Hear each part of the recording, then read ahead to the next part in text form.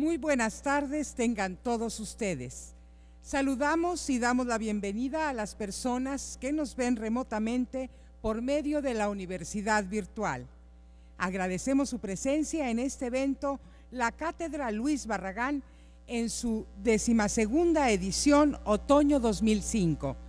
Es un honor para el Sistema Tecnológico de Monterrey contar con su presencia.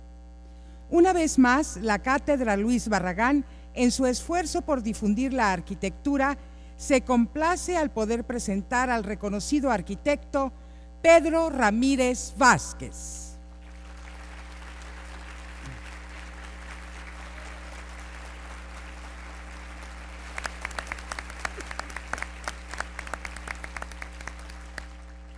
Además del arquitecto Pedro Ramírez Vázquez, nos acompañan en el presidium el doctor Rafael Rangel Sossman, rector del Sistema Tecnológico de Monterrey.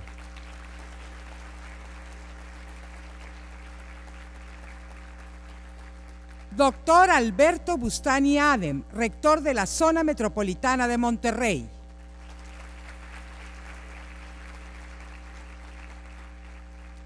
Doctor Arturo Molina Gutiérrez, director de la División de Ingeniería y Arquitectura.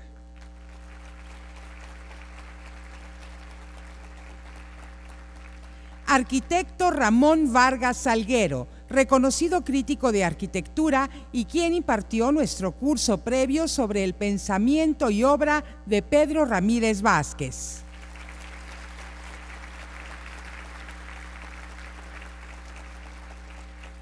Y arquitecto Eduardo Padilla, director nacional de la Cátedra Luis Barragán.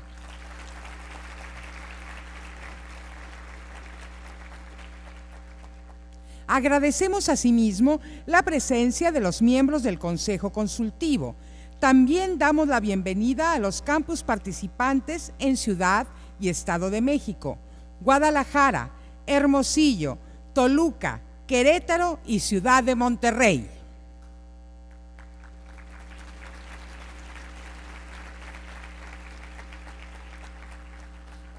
Agradecemos también la presencia de nuestros invitados especiales e instituciones que nos apoyan y participan activamente con la cátedra, tales como la Academia Nacional de Arquitectura y los miembros del Capítulo Monterrey, la Fundación Barragán en Suiza, la Agencia para la Planeación del Desarrollo Urbano de Nuevo León y el Museo de Arte Contemporáneo de Monterrey, Marco.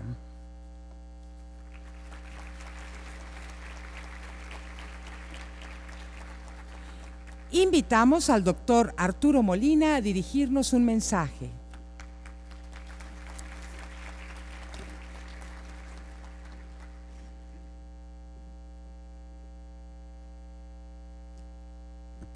Honorables miembros del Presidium, arquitecto Pedro Ramírez Vázquez, doctor Rafael Rangel Sossman, doctor Alberto Bustani Adem, arquitecto Ramón Vargas Salguero, arquitecto Eduardo Padilla, bienvenidos a su casa, el Tecnológico de Monterrey. La arquitectura es el reflejo de las tradiciones, la cultura y los valores de la época en que fue creada. Esta creación colectiva es dirigida por el arquitecto, quien es el creador de los espacios que darán lugar a la morada del ser humano durante su existencia. Por lo tanto, la tarea del arquitecto se convierte en un ejercicio ético y es indispensable en el desarrollo de nuestras comunidades, ya que es la única forma artística de la cual no nos podemos alejar porque estamos sumergidos en ella. En las propias palabras de nuestro conferencista invitado, el arquitecto Pedro Ramírez Vázquez, nos dice: la responsabilidad de nuestra disciplina en el urbanismo y en la arquitectura radica en nuestra actitud de servir al hombre, servir en todas las etapas de su desarrollo, atentos al conocimiento profundo del hombre y del medio de su época, de su momento, de su ámbito, con el real dominio de su oficio para cumplir con máxima dignidad con el objeto claro y permanente de disciplinas de servicio. Todos los contemporáneos del temporal y de moda coinciden que nuestra profesión es servir al hombre. Hoy más que nunca, la arquitectura se hace imprescindible si se quiere mejorar las condiciones de vida de todos los seres humanos. A través de ella, la sociedad se provee de espacios dignos, bellos y útiles, pensados inteligentemente para convivir con la naturaleza, los recursos, la cultura y el tiempo que nos toca vivir. Y es ella precisamente el reflejo material de las aspiraciones y las posibilidades de todas las comunidades. Si se tienen mejores espacios arquitectónicos y urbanos, es posible tener una sociedad más asertiva, agradecida con su forma de vida. Además, a través de estos espacios pensados y creados por los arquitectos, se puede llegar a tener una ciudad más segura y progresista. La Cátedra Luis Barragán surge con la misión de sensibilizar y enriquecer a estudiantes, profesores y comunidad en general sobre el significado de la arquitectura como un servicio para el desarrollo integral de la persona. Creemos que es responsabilidad de todos, no solo de los arquitectos, sino también de todos los usuarios, estar bien formados sobre el efecto que la arquitectura tiene sobre nosotros, ya que ésta se vive en estado de distracción continuamente. En esta ocasión, la presencia del arquitecto Pedro Ramírez Vázquez es sumamente importante, pues su obra es una fotografía material de nuestra propia historia, sobre todo la hecha a partir de la segunda mitad del siglo XX. El arquitecto Pedro Ramírez Vázquez fue uno de los responsables de construir la cultura material del país a partir de la Revolución. Su arquitectura es un resultado de las implicaciones que la era moderna exigía, con las particularidades que constituyen la tradición del pueblo mexicano. Autor de obras significativas para los mexicanos como la Basílica de Guadalupe, el Estadio Azteca o el Museo de Antropología e Historia, se han convertido en el alquimista de los sueños, de la herencia cultural y de las pasiones añejas y nuevas de un pueblo milenario, el mexicano. Escuchar a tan importante figura ayudará a que los jóvenes estudiantes sepan que es posible ser arquitecto e incursionar en campos como la política, que son tradicionalmente pocos frecuentados por los arquitectos, y en los que su presencia puede ser definitiva para la creación de una mejor ciudad, de mejores leyes urbanas y de infraestructura, y con ello de una mejor sociedad. La visión de la Escuela de Arquitectura del Tecnológico Monterrey es buscar la transformación positiva de su entorno, sensibles y atentos al medio ambiente, a una cultura de recursos, en donde los recursos y las condiciones sociales sean muy ventajosas para poder vivir en un México mejor. Arquitecto Pedro Ramírez Vázquez, bienvenido, y bienvenido todos ustedes a esta su casa, el Tecnológico Monterrey. Muchas gracias.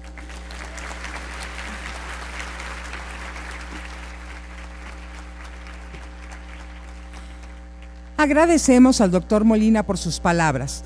Solicitamos a nuestros invitados del Presidium pasen a ocupar sus lugares en el auditorio para comenzar con una breve semblanza de nuestro conferencista magistral. Pedro Ramírez Vázquez, arquitecto mexicano que pertenece a la generación más reciente de arquitectos contemporáneos de su país.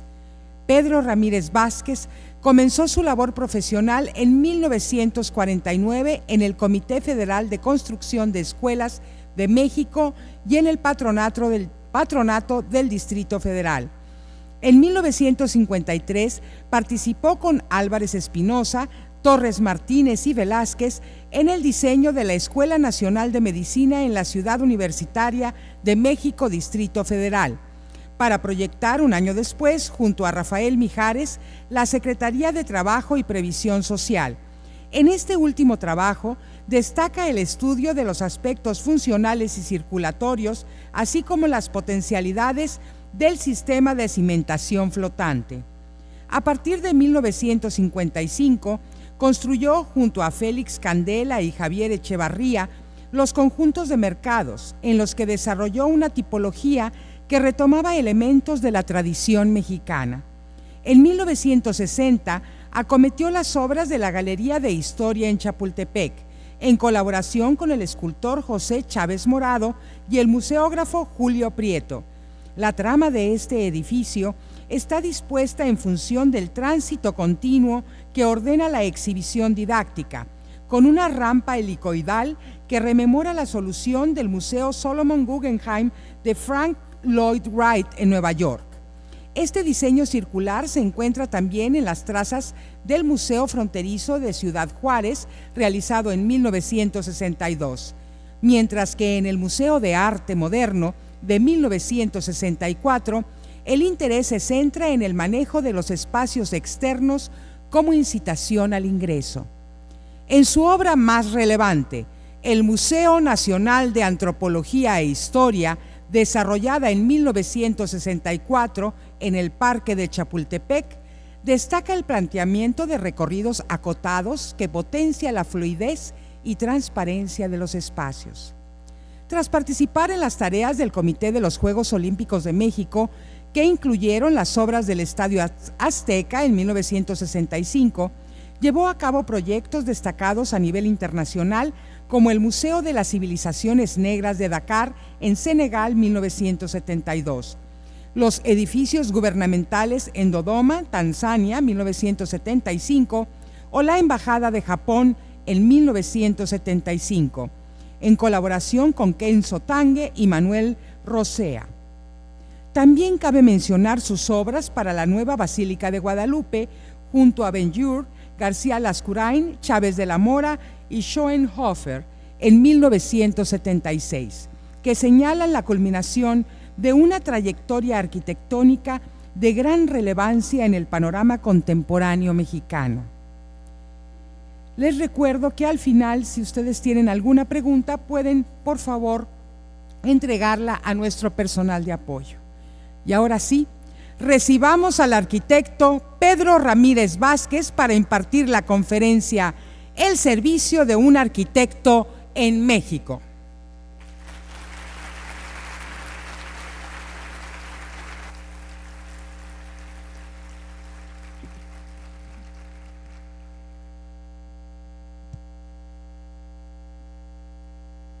Pues a mí, no sé si así ya se esté escuchando bien,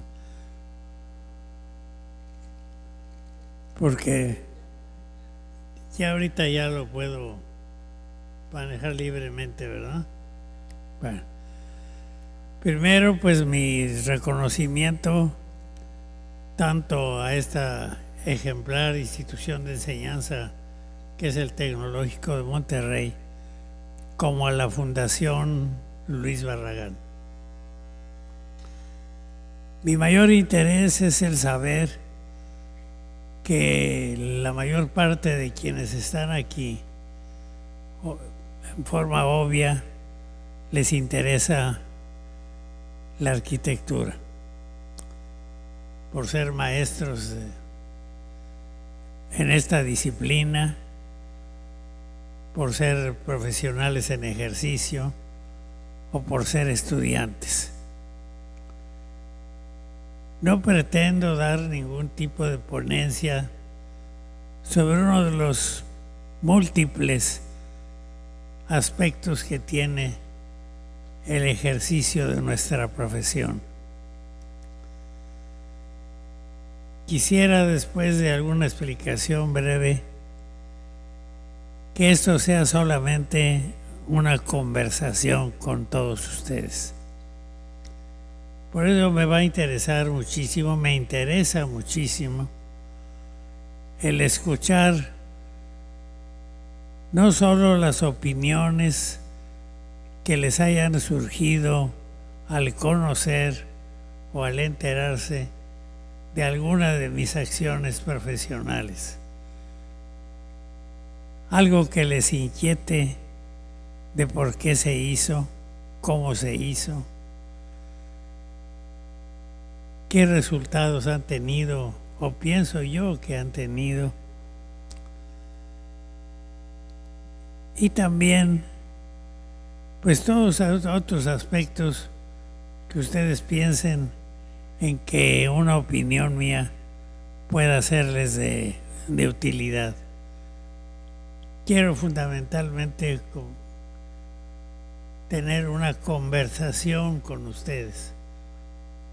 No dudo de la libertad de apertura que tengan las respuestas de ustedes, porque aun cuando sé que provienen de varias universidades, pues sé que desde luego los regiomontanos siempre hablan directo y preciso. Eso me ayudará para darles respuestas a esos comentarios que puedan surgir sobre lo que ya han conocido de la presentación que generosamente hizo el doctor Ramón Vargas acerca de mi obra.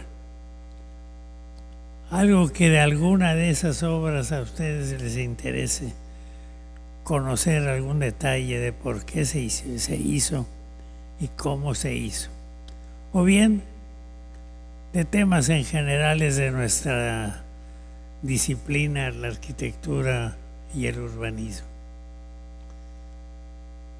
Solamente una primera intervención para que puedan tener una idea más clara de cuál ha sido la norma, si no la norma, el hábito para construir y realizar obras de diversos tipos.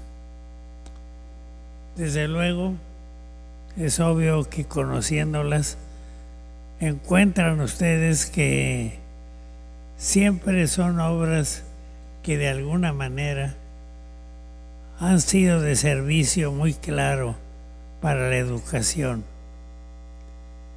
Y aparte de la educación, siempre orientados al servicio colectivo. La mayor parte de la obra que he tenido oportunidad de realizar es para uso colectivo. Y eso es lógico en virtud de que ustedes saben, por lo que hayan leído ya, que considero que la arquitectura y el urbanismo son simplemente actividades para servir a grupos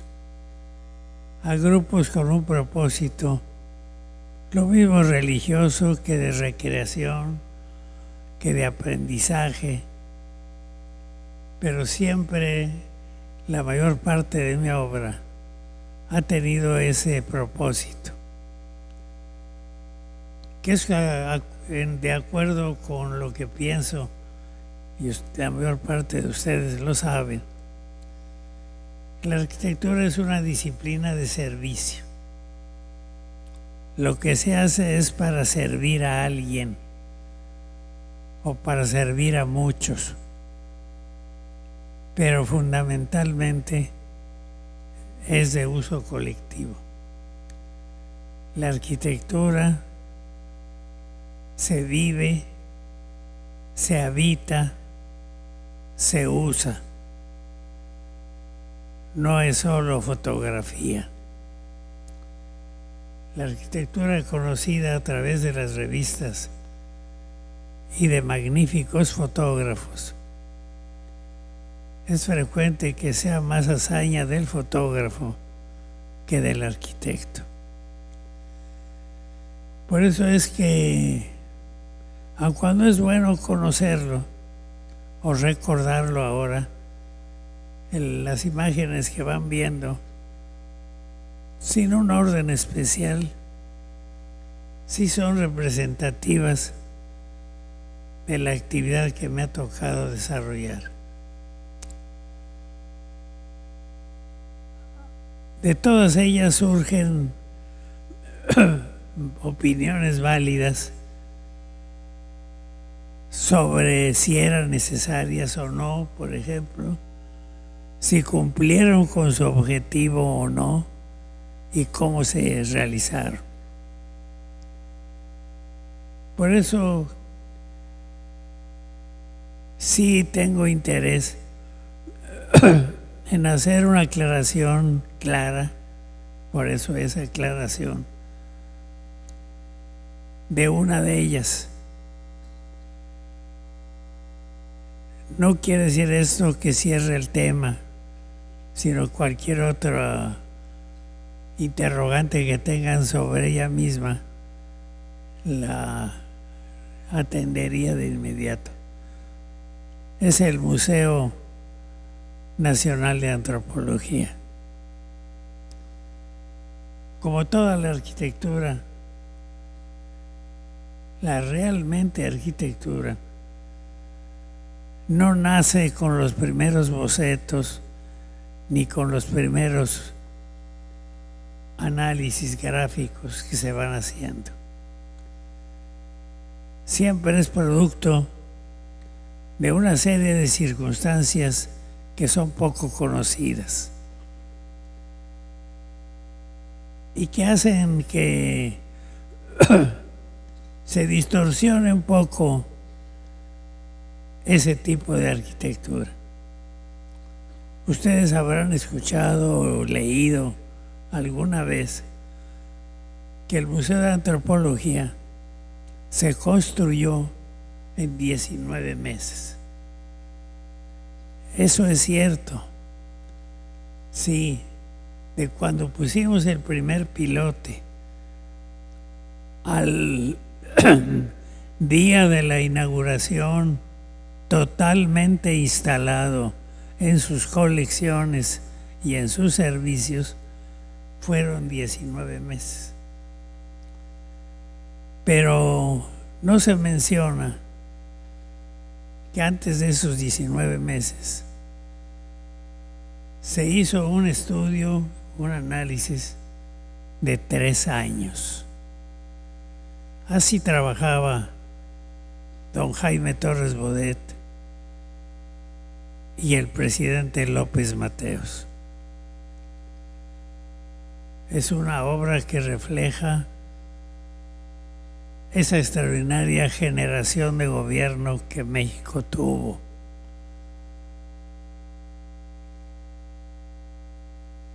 Presidente culto, con una formación auténticamente cultural y democrática, forjada como joven vasconcelista. La generación que formó José Vasconcelos y que al no ser gobernante, pues toda aquella generación se dispersó, se refugió en la enseñanza. Y así es como, por ejemplo, en la secundaria 4 de México, mi maestro de historia general era Carlos Pellicer, maestro de español, de literatura, Salvador Novo, en matemáticas, Sotero Prieto, Nápoles Gándara, en botánica y zoología, Maximino Martínez. Esa maravillosa generación formada por Vasconcelos, en esa época en que, por la lotería, pienso yo, me tocó haber nacido en la época en la que podía yo disfrutar y captar la enseñanza integral de esa generación. Y fue Carlos Pellicer el que me orientó a la arquitectura, pero no con lecciones de arquitecto. Simplemente en su última clase que cerraba el curso, quiso recordarnos que una de las raíces básicas de nuestra civilización era la cultura helénica. Y nos hizo en aquella ocasión una descripción tan clara, tan viva, de la vida ateniense en la Acrópolis, en que su forma de vida, por su libertad,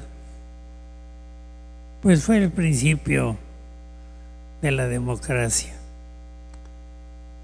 Pero sus expresiones fueron tan vivas que nos enseñaron a ver los espacios construidos, la arquitectura, eran simples formas de convivencia colectiva. Pero no nos hablaba de estudios, ni de materiales, ni del las expresiones plásticas del mármol blanco, sino cómo se vivía la población ateniense a través de esos espacios. De allí me quedó grabado que una función básica de la arquitectura es la convivencia. Es lo que le da vida al espacio, el usuario. La arquitectura se vive, se habita, se usa, no solo se fotografía. No es muy buena lección el ver los catálogos de arquitectura de las revistas en que solo se muestra el resultado formal de un gran objeto urbano que es la arquitectura. Pero no se analiza por qué fue necesario hacerla. ¿Por qué le daba motivo al arquitecto para pensar que su actividad no se limitaba a sus bocetos y a sus trazos en un papel? Ahora en una computadora, en muchos aspectos de la composición, menos útil que la mano hábil y conocedora. Pero de todas maneras es un instrumento útil para el estudio, más que para la creación. Como les decía, el Museo de Antropología se estudió 3 años antes de iniciarse la construcción. Formó don Jaime Torres Bodet un equipo donde estaban 30 asesores, antropólogos, arqueólogos e historiadores. Pero algunos nombres seguramente les van a recordar, que los han visto en alguna librería como autores de algún texto. Arqueólogos como Alfonso Caso, como Ignacio Marquina,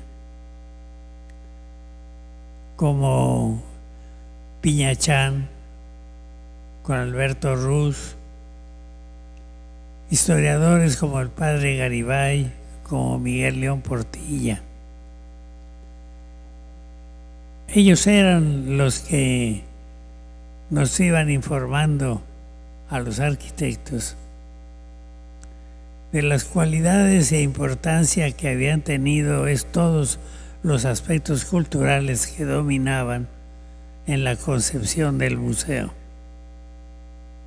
Y también cómo ilustrarlos en algunos casos en que los vestigios que se exhibían no podían dar una idea clara de esa etapa cultural.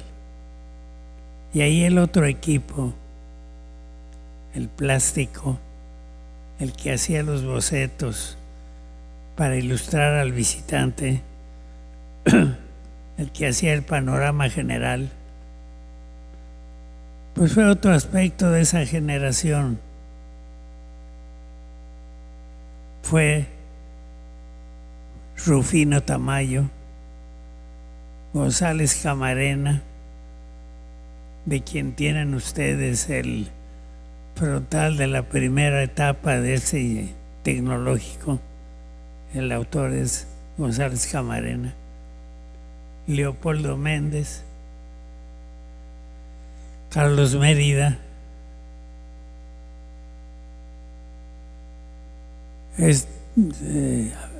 Leonora Carrington, y todos necesarios precisamente para enseñarle con detalle los valores de cada etapa al visitante. Por eso se seleccionaban porque lo que nos ayudaban a comprender esas culturas o esas etapas. Por ejemplo, el colorido huichol, pues era obvio que el artista adecuado era Carlos Mérida,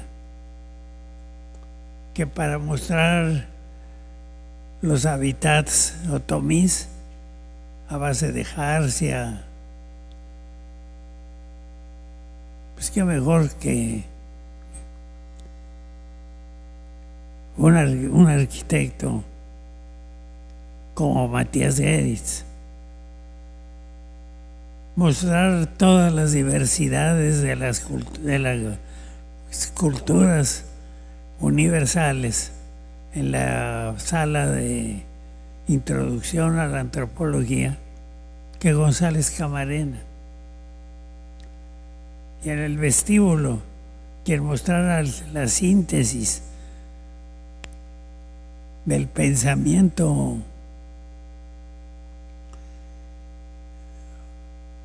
prehispánico que íbamos a mostrar, pues qué mejor que Rufino Tamayo.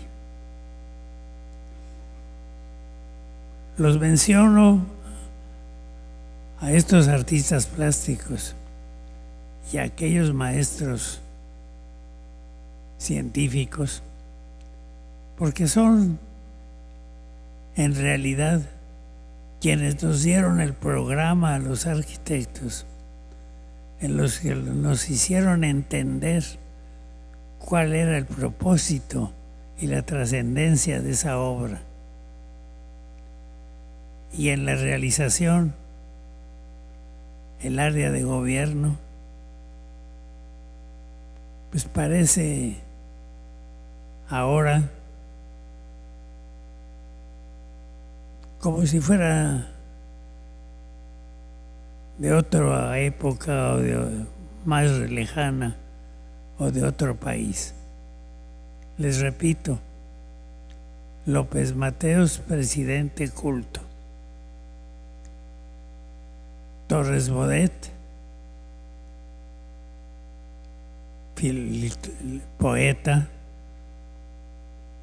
literato extraordinario, tan gran educador que fue director internacional de la UNESCO, es decir, secretario de Educación del mundo. Un regente en la Ciudad de México como Ernesto Uruchurtu, de servicio real, de servicio a la población que en ese momento, en esa época, habitaba nuestra capital. Ese fue el equipo que nos enseñó a concebir la funcionalidad del edificio que se tendría que hacer. Y en lo técnico, pues la generación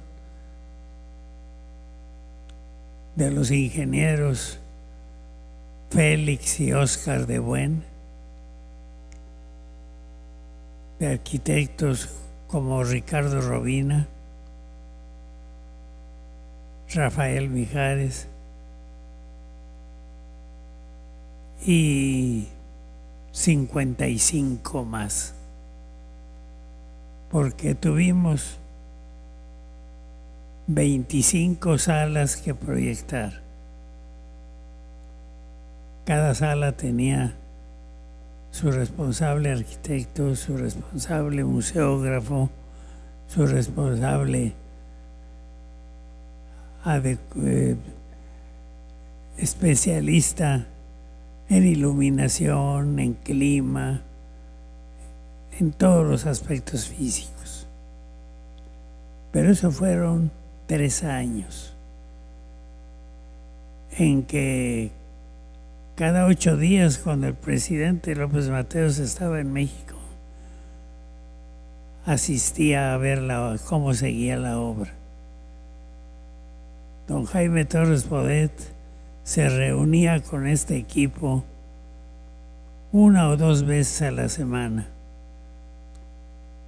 Así aprendimos los arquitectos, captamos los arquitectos lo que debía hacer el Museo de Antropología. 3 años, en los cuales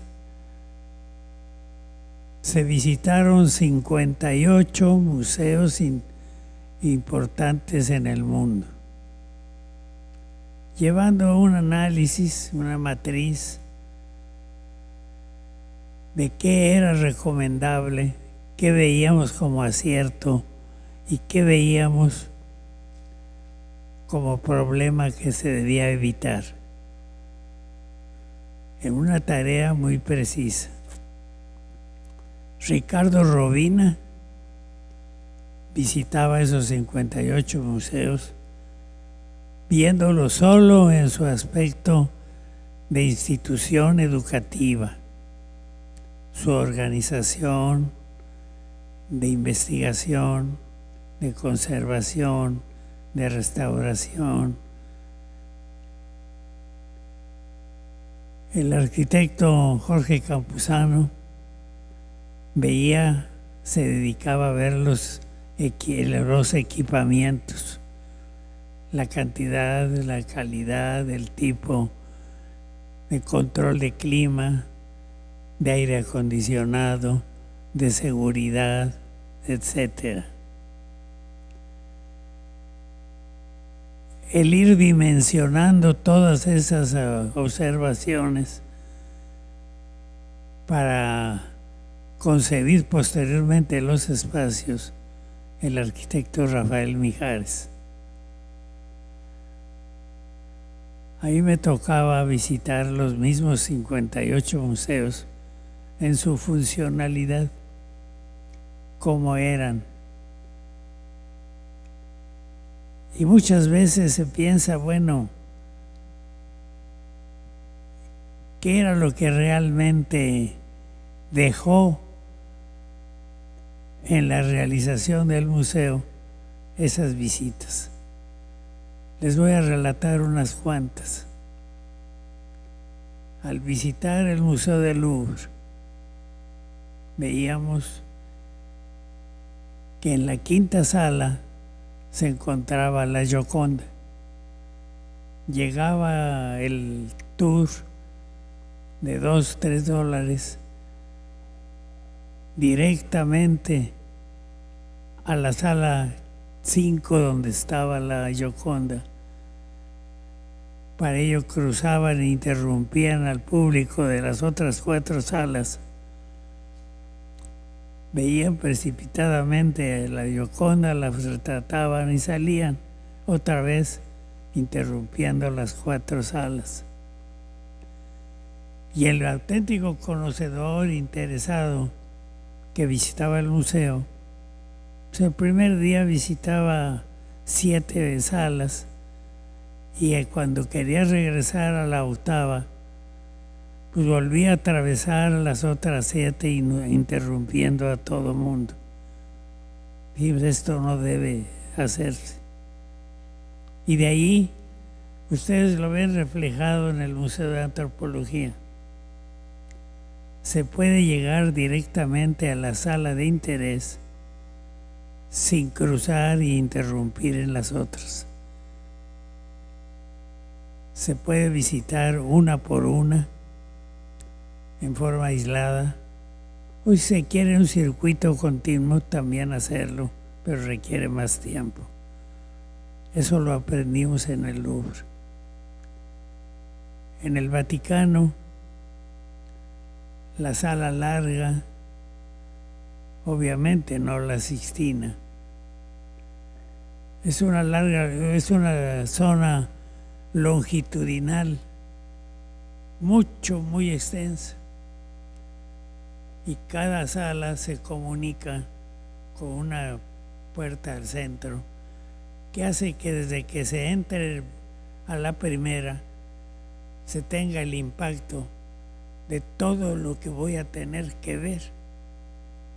Y ya se quita atención porque hay una pieza interesante y se quiere ver con cuidado, pero emocionalmente se tiene la presión de que todavía me falta todo aquello. Ahí aprendimos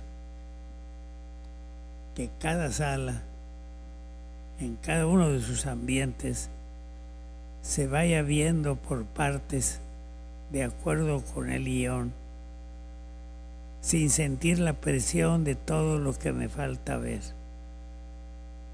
Eso nos llevó a la distribución básica en la museografía. Eso lo aprendimos en el Museo Vaticano.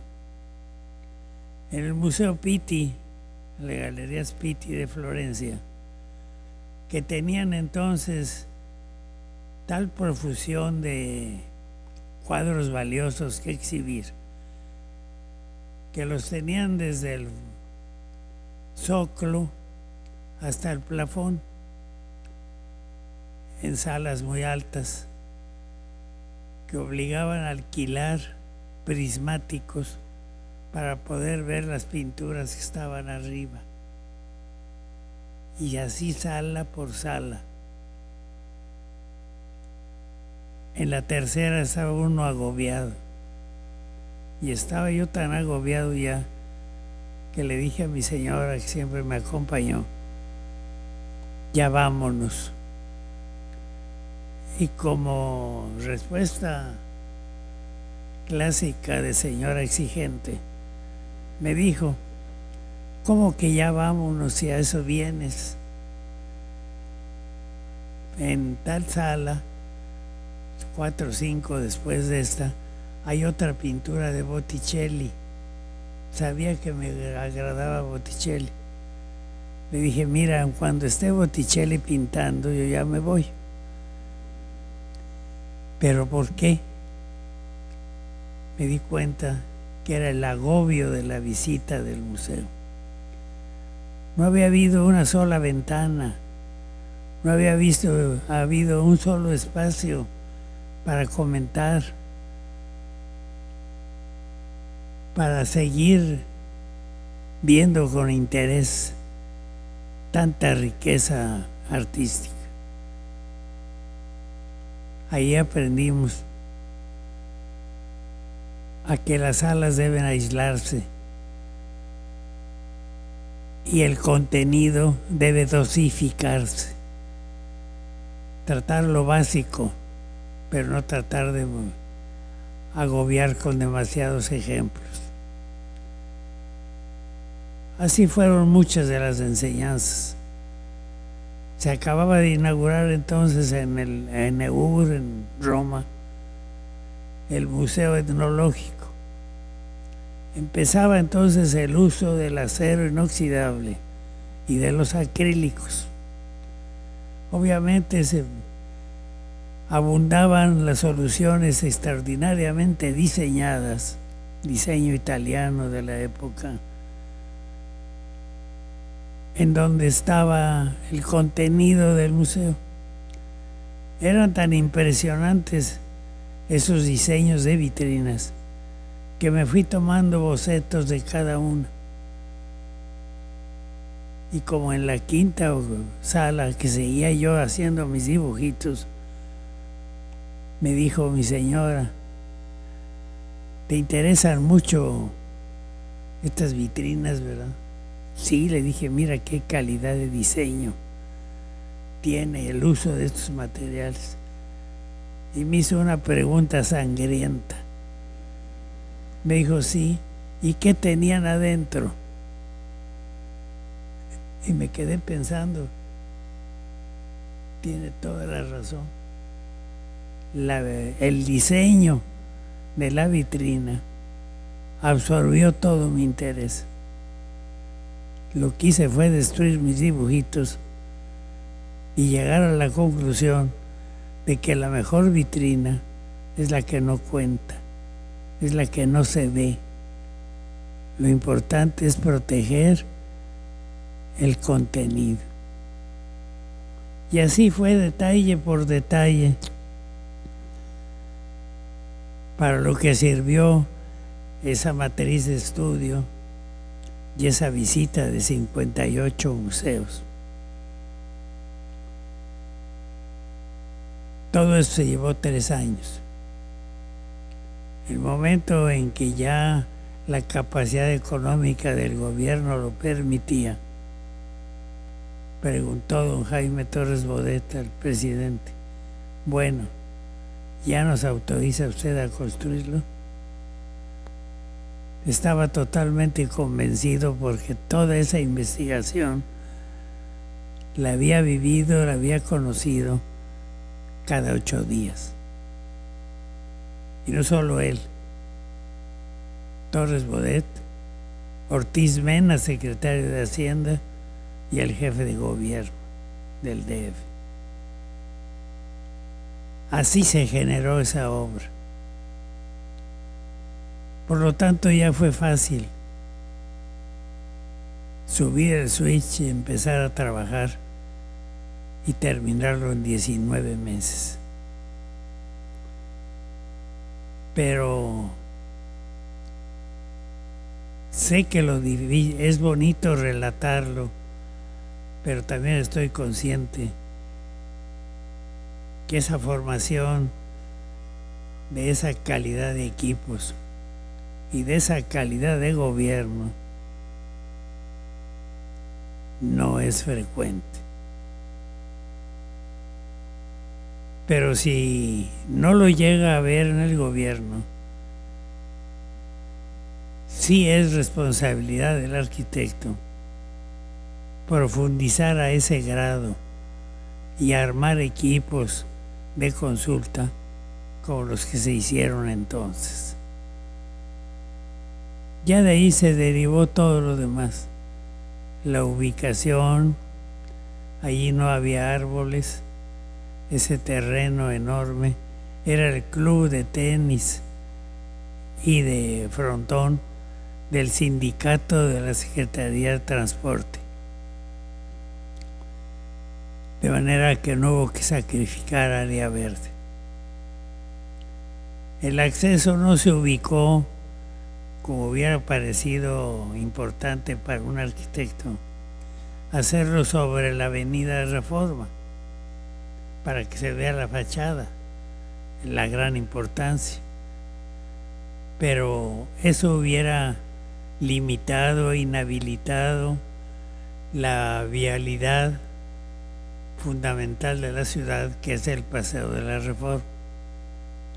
Y por eso se pensó hacer el acceso lateral sobre la Avenida Gandhi y no alterar con la presencia del museo esa vía tan importante como el Paseo de la Reforma. Y se hizo lateralmente con su propia plaza de acceso. En una de las visitas del señor presidente López Mateos, ya muy avanzada la obra, le hice ese comentario: mire usted, ya no interrumpimos Reforma, pero al meterse ahora a la Avenida Gandhi, frente al museo, pues todo visitante se retrata o quiere una fotografía del museo y va a tener primero los autobuses de las agencias de viajes.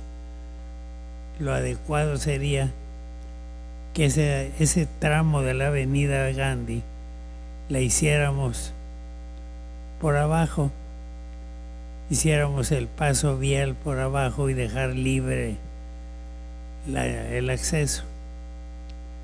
Y me dijo: sí, es buena idea, pero lo que usted quiere es más presupuesto, ¿no? Pues sí, sí quiero más presupuesto. Bueno, pues había tal coordinación de gobierno que me dijo: bueno, mire, el mañana lunes se atraviesa usted porque a una cuadra vivía el licenciado Ortiz Mena, secretario de Hacienda. Mañana lunes se atraviesa usted al desayuno, se lo plantea a Ortiz Mena para que lo podamos hacer. A los 2 días de haberlo comentado con el secretario de Hacienda, la partida para la obra del museo ya estaba depositada en la cuenta del CAPSE. Con esa agilidad de trabajo, con esa comprensión mutua de todas las autoridades, con el apoyo de los historiadores y de los científicos, con el apoyo de los artistas plásticos, entonces el museo se pudo hacer en esos 19 días con esa calidad que es la que hace que la arquitectura pueda ser vigente, la calidad de ejecución. Hace 1 mes o 2 meses cumplió 40 años. 40 años por el que han pasado ya unos 30 o 35 millones de visitantes. Esa es tarea del arquitecto. Pensarlo así, en función del usuario y del visitante. Porque en un museo hay 2 personajes que atender. El visitante, que va a conocer nuestro pasado, y el otro protagonista, que son los vestigios, los testimonios, lo que nos queda de esas épocas. Y hay que respetar a los dos personajes, el que se visita y el que es visitado.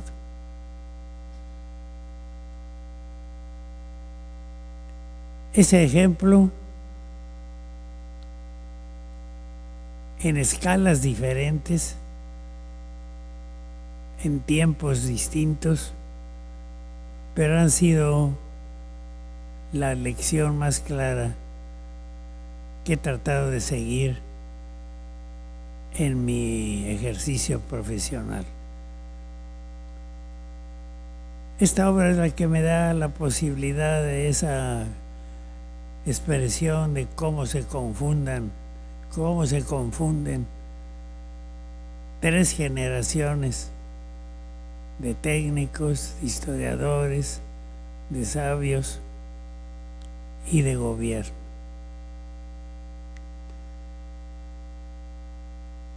Creo que ese ejemplo general les puede dar idea de cómo, siguiendo ese mismo sistema en grados diferentes,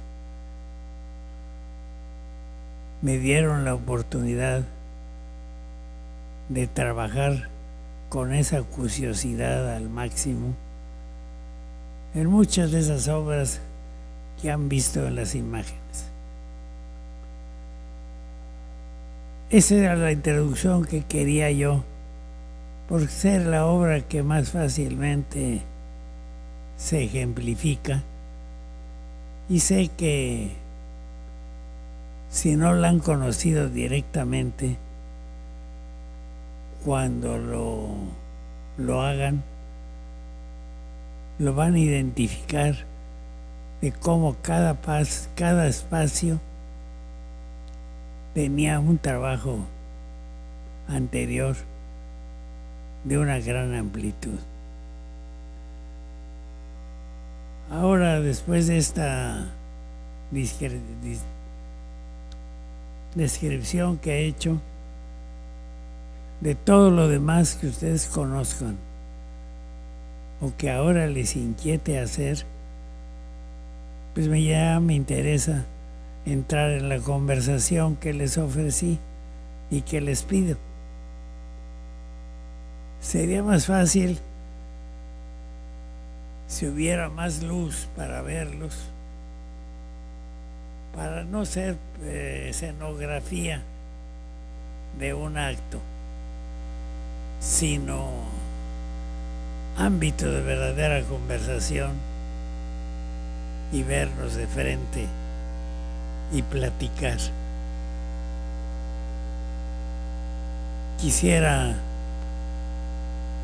oír sus preguntas, sus inquietudes, sus comentarios, sus juicios, porque en todas las obras hay razones que para algunos de ustedes se necesiten conocer. Me gustaría oírlos y escuchar la franqueza de los regiomontanos, para empezar por ahí.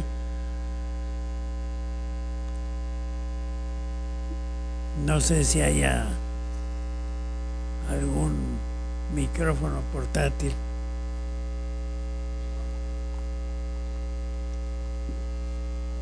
A la sesión de preguntas y respuestas, les recuerdo a todas las personas que nos están recibiendo a través de la Universidad Virtual que el sistema de interacción ya está disponible.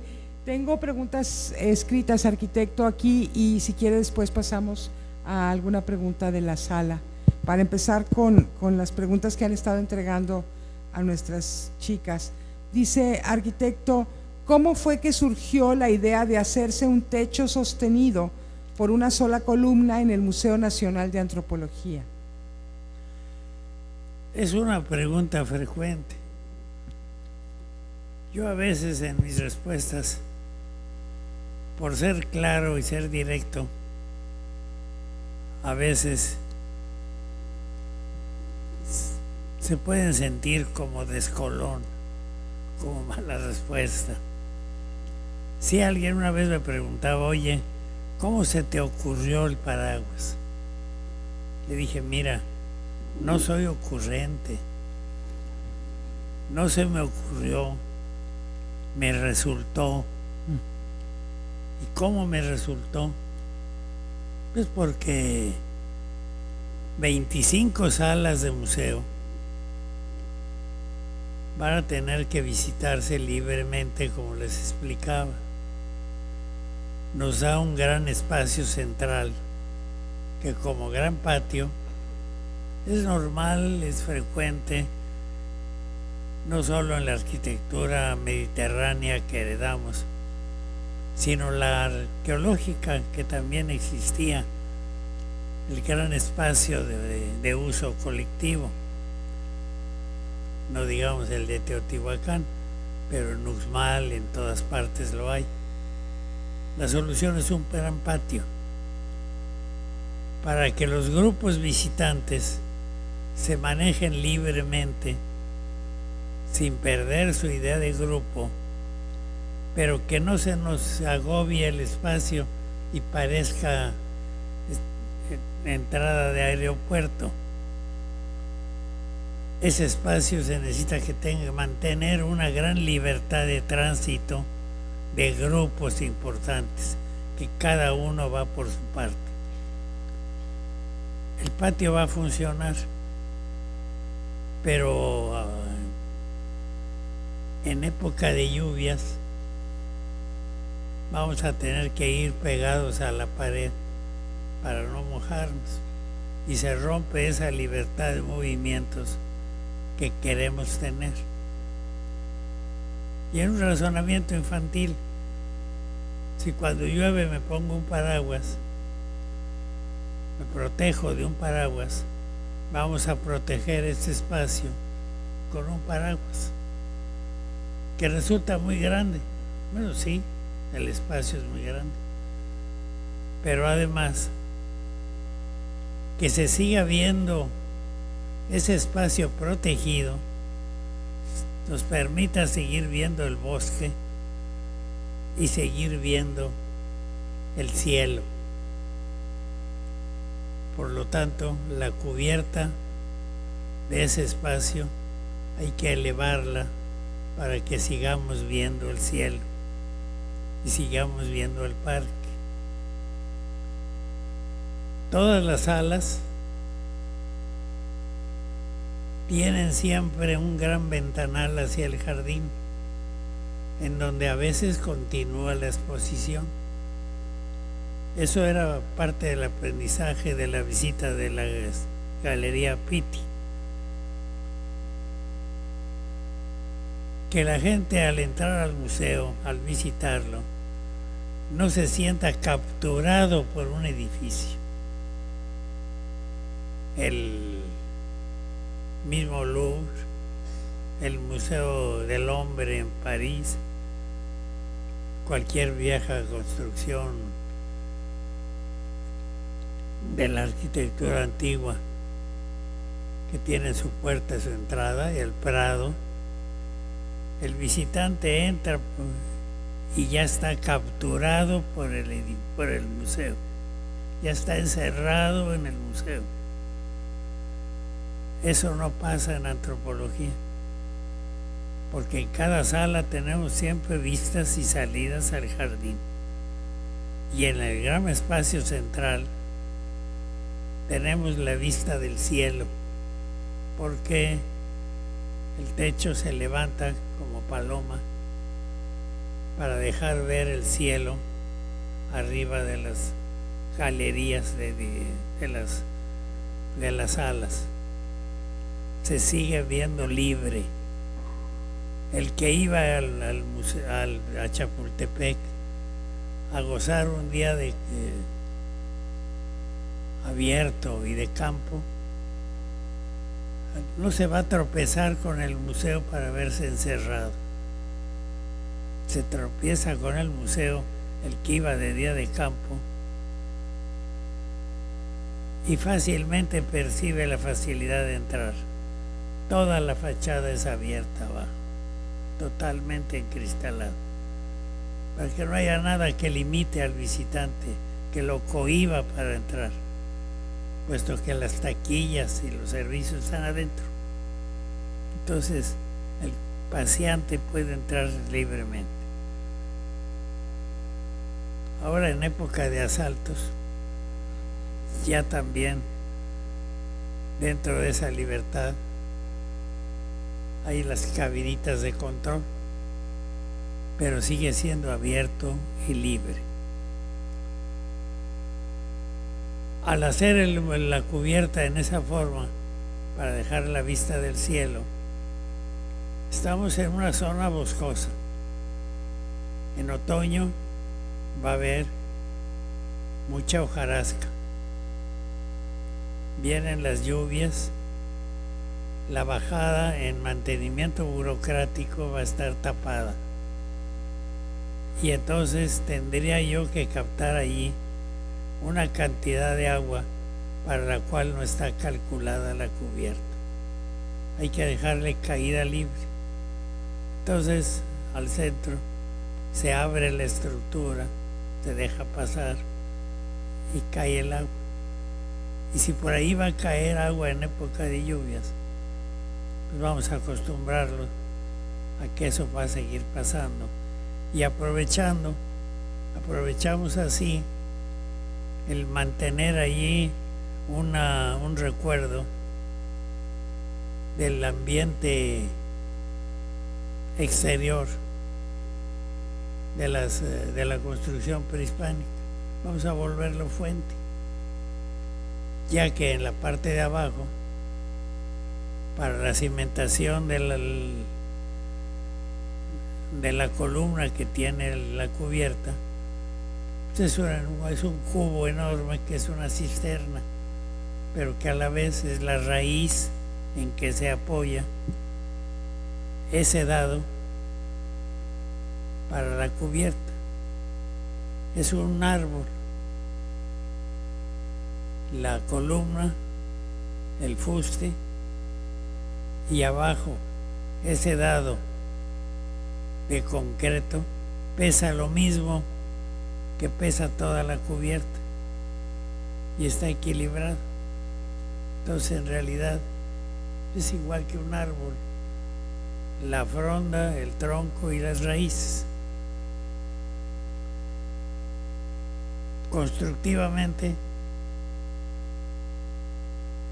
era la técnica que podíamos tener en la época.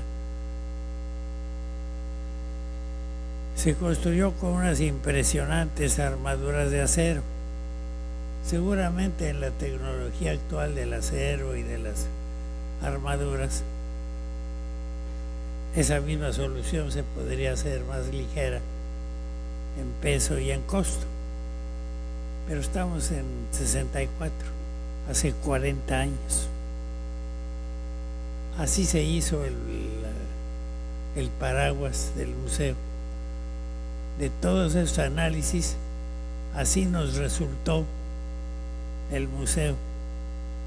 Pero nunca pensamos, ¿qué tal si nos echamos un parabotas aquí? Ya no fue conversación de taller de arquitectos.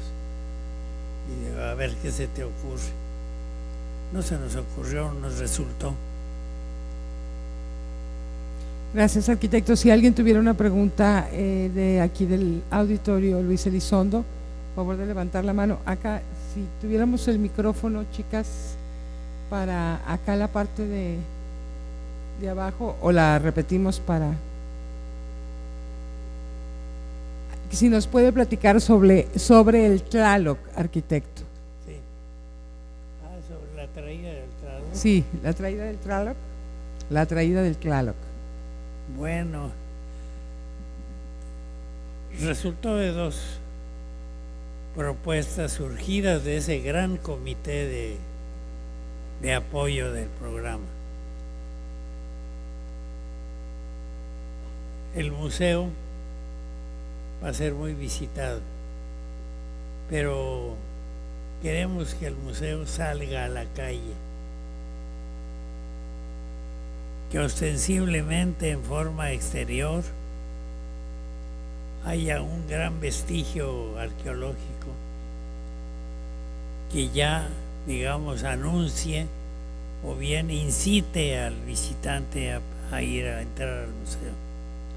Se pensó en una gran estela maya que íbamos a traer de Campeche, de la zona del Zna. Pero los análisis técnicos nos hicieron ver que era una piedra caliza que en el clima de la Ciudad de México se iba a afectar mucho. No era recomendable.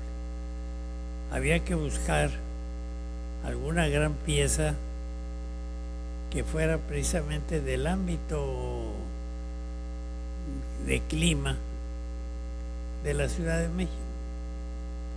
Y ahí fue una recomendación del propio López Mateos. Cuando supo que ya la gran estela maya no era conveniente traerla y que necesitábamos traer o tener una pieza,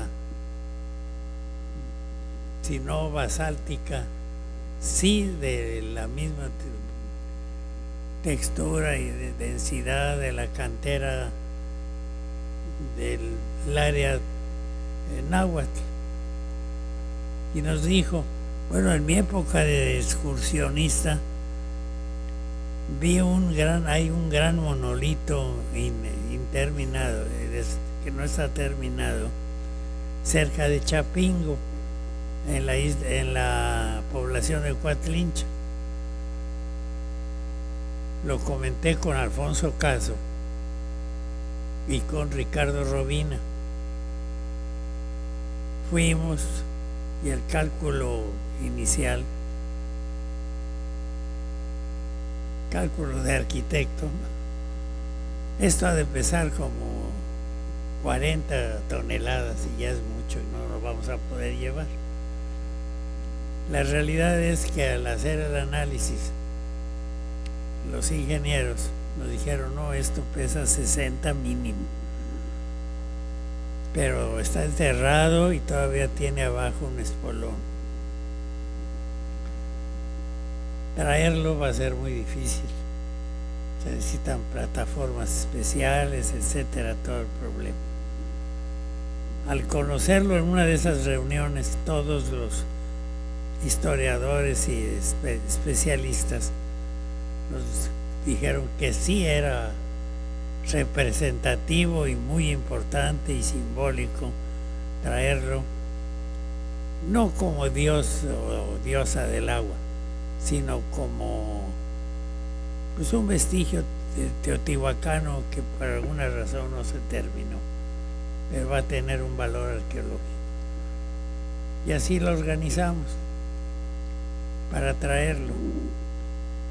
En la organización de traerlo siempre surgen, como es natural, los inconformes, los que se hacen su propia imagen para rechazar algo, sobre todo cuando piensan que eso es obra de gobierno. Y tuvimos objeciones muy serias de la población, inventando necesidades que no estábamos atendiendo o agrediendo. Decían, no, es quitarle un interés al turismo de Coatlinchan. El turismo de Coatlinchan era una señora con una cubeta con refrescos cada 8 días. Pero aún así, la prensa se ocupó de exagerar el problema y de animar el rechazo a traerlo. Y las instrucciones fueron muy claras del presidente López Mateos. No vamos a contaminar una obra tan importante como el museo con un problema social que realmente no existe. Así es que o lo traen en paz o no lo traemos. Vaya y convénzalos. Tocó ir a hablar con la población de Coatlinchan, que eran 65 familias, para convencerlos de que no se opusieran y lo pudiéramos traer. Es algo que recuerdo con un gran afecto porque en muchos sentidos tiene muchas lecciones. Se hizo una reunión de las 65 familias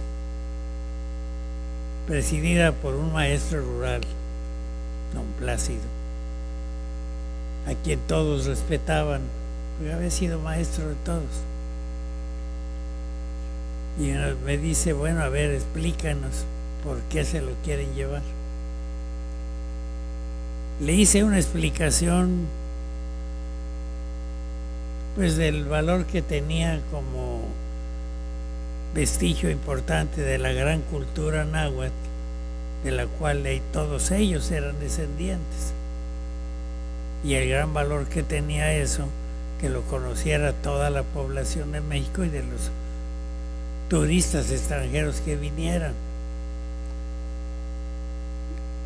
No sé qué tanto fue, hablando en términos de estudiante, todavía yo no me había alejado mucho de la escuela.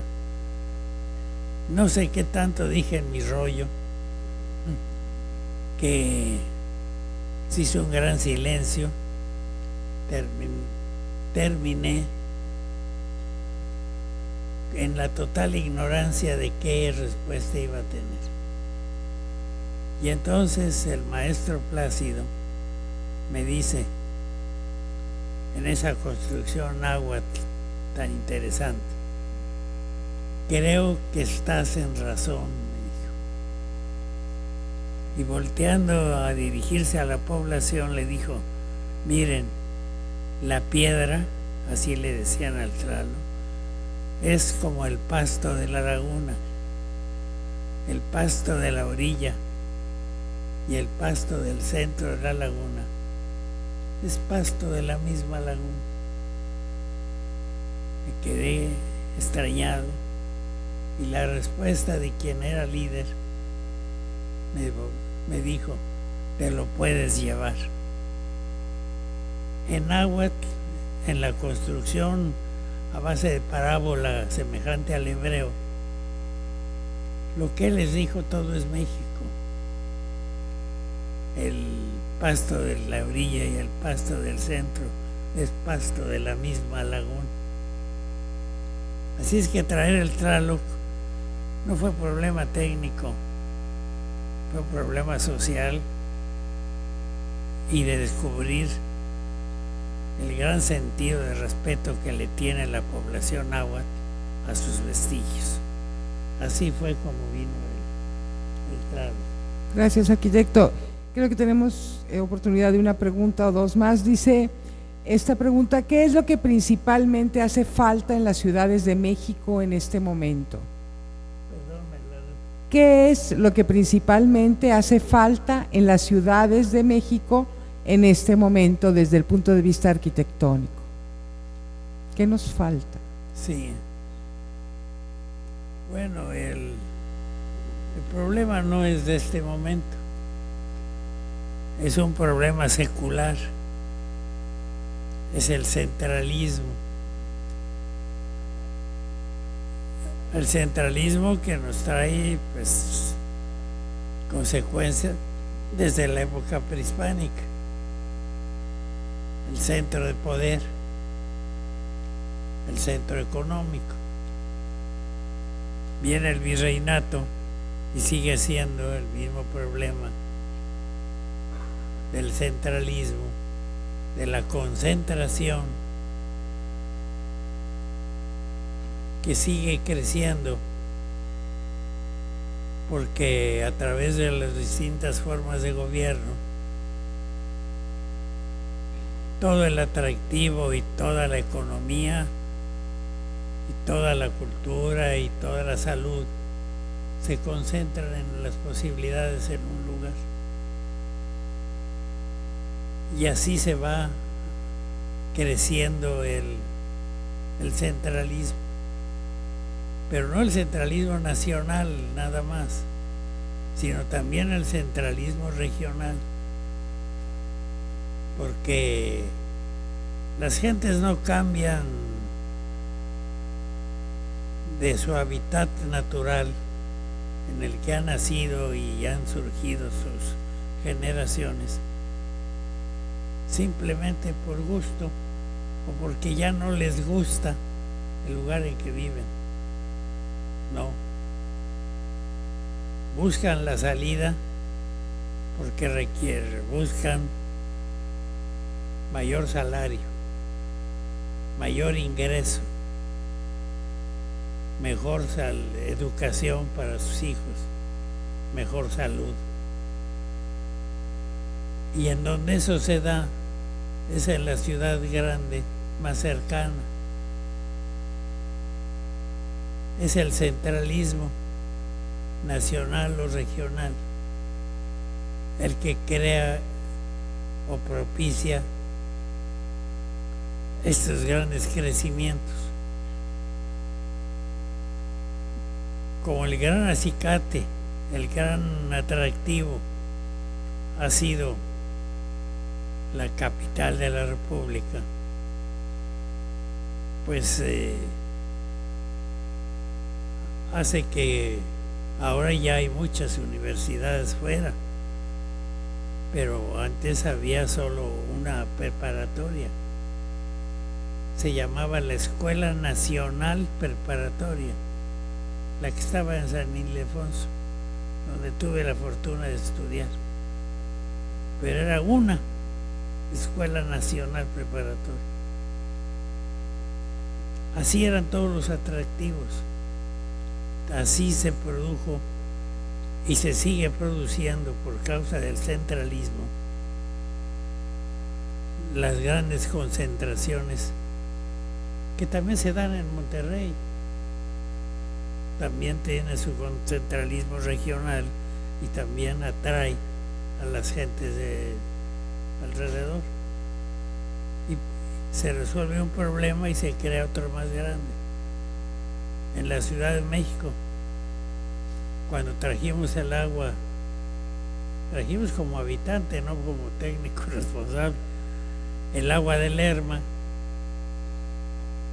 pues toda la gente que vivía en Lerma, de la agricultura que le daba esa agua, y tenían su forma de vida allí, pues al quitarles el agua de Lerma y llevarla a la Ciudad de México para atender esa necesidad de la ciudad, se acabó Lerma, ya existe como leyenda. Y igual algo semejante no tuvieron muy lejos de aquí, cuando se hizo la presa esa de cerca de Linares. Tuve oportunidad de hacer esas observaciones. Sí, le vamos a llevar más agua a Monterrey del área de Linares, pero nos vamos a llevar junto con el agua de Linares a Monterrey a las gentes de Linares, que van a tener que darles allí vivienda, escuelas, salud, todo. Le vamos a hacer crecer a Monterrey un poco, le vamos a satisfacer mucho el agua, pero a Linares se lo vamos a quitar un factor de vida muy interesante. Entonces yo no lo veo como el acueducto de Linares, es un genteducto, no es un acueducto. Igual nos ha pasado en la Ciudad de México, en otra proporción por todo, pero la realidad es la concentración de soluciones en un lugar nos trae el empobrecimiento de otros.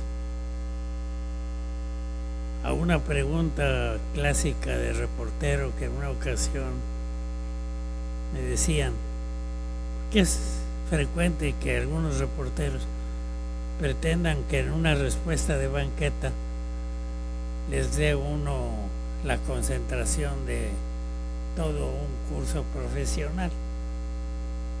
Y me dicen, arquitecto, ¿cuál es una solución, usted como urbanista, una solución clara, inmediata, fuerte, que pudiera aplicarse para reducir este gran problema de una ciudad de 20 millones de habitantes? ¿Cómo se podría resolver? Yo muy sencillo, déjenos solos a los chilangos, regrésense a sus lugares todos, y entonces sí, la ciudad nos sobra. Es el centralismo, es la concentración de atractivos de vida, los atractivos de nivel de vida, las que hace que la población se disperse al grado de que lo que nos caracterizaba de una población rural pues rápidamente se convirtió en población urbana. El problema sigue, y mientras no se intensifique la descentralización, que sí está en proceso, pero es un proceso lento. ¿Cuánta población estudiantil de la República ha venido a Monterrey a recibir la magnífica enseñanza del TEC? Pues porque no lo tienen en su lugar. En los últimos años sí se han creado varias escuelas superiores de politécnicas, universidades, que van satisfaciendo esas necesidades en cada lugar y van permitiendo generar su propia generación de gentes preparadas para salvar su propia región. Cada estado que crea nuevas universidades está asegurando una riqueza humana futura que les va a permitir desarrollarse en mayor equilibrio. El problema se va atenuando en la educación, en la salud. todavía no en la economía,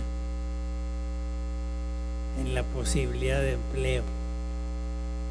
El mejor remedio para evitar la concentración es el empleo.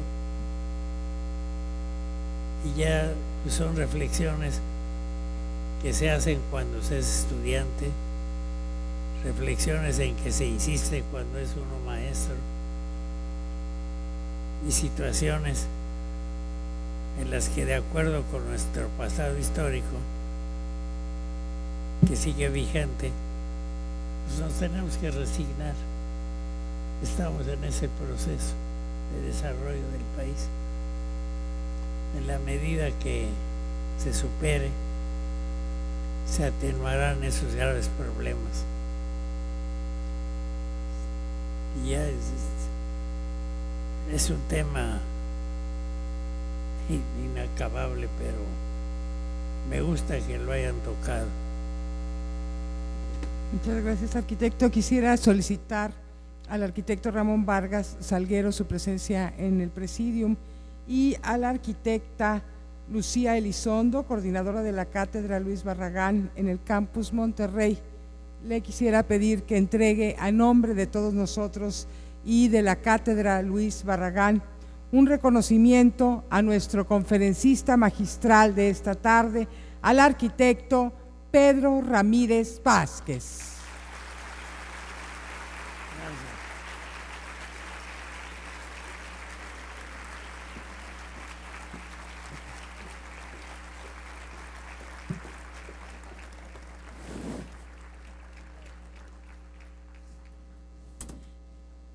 Y quisiera solicitar al doctor Arturo Molina nos haga el favor de entregar un reconocimiento al arquitecto Ramón Vargas Salguero, quien impartió nuestro curso previo para esta conferencia magistral.